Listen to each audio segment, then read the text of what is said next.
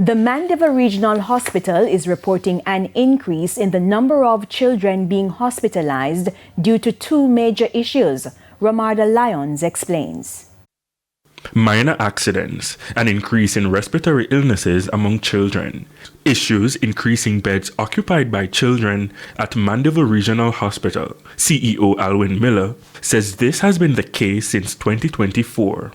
Mandeville Regional Hospital has been seeing a growth in the occupancy of the pediatric ward. Am I not right, sister? So for many years it has been said that the pediatric ward has the lowest population, lowest bed occupancy and so forth, and most other wards are always full. But since last year, we have noted that the pediatric ward and the NICU has very high occupancies. A wide range of children have also been showing up. Whether it be newborns or whether it be other children that have to be admitted for whatever conditions that they may have. He assured, however, that the hospital is able to treat the cases due to an increase in clinical personnel.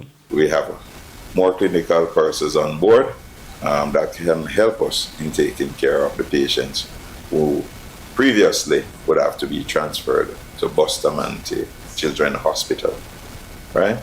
So we are growing as a hospital. We are growing in terms of the skill set that we have with our clinical staff.